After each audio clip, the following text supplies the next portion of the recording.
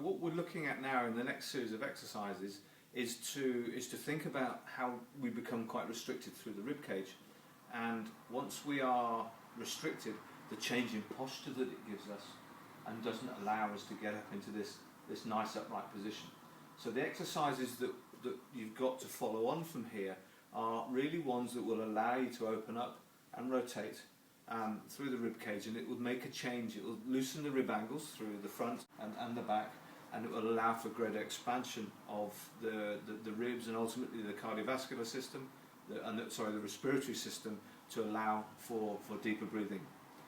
It will activate then the bottom part of the rib cage and the diaphragm, and will help with the intercostal muscles as well. And so the whole sense of well-being, of getting more oxygen into the body, will be far greater.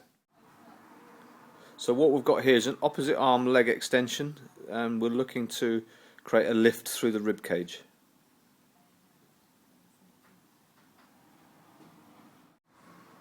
Here we have a step open exercise where we're looking to keep in this case, left leg still, and we're pivoting on that left leg and really getting a good rotation through the thoracic spine and the neck. So we're looking right over the shoulder. So here we have a flexion to extension rotation, and again what we're looking for is to go into that flexion activity.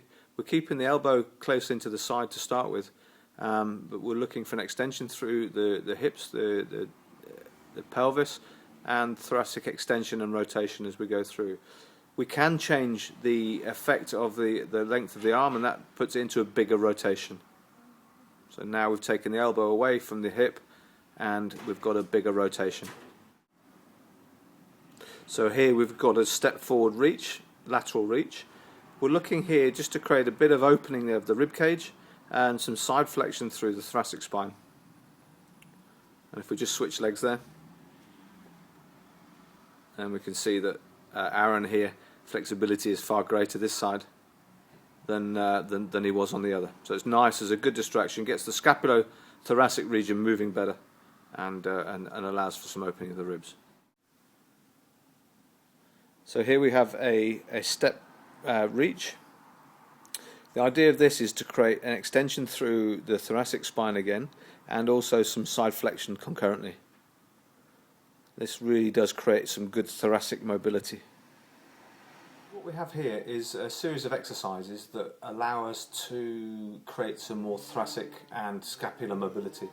Ultimately, the exercises are there to be good for movement, but ultimately, if we have good movement around the spine and the ribs and the thoracic cage and the shoulder girdle, then we will be able to have a better breathing response.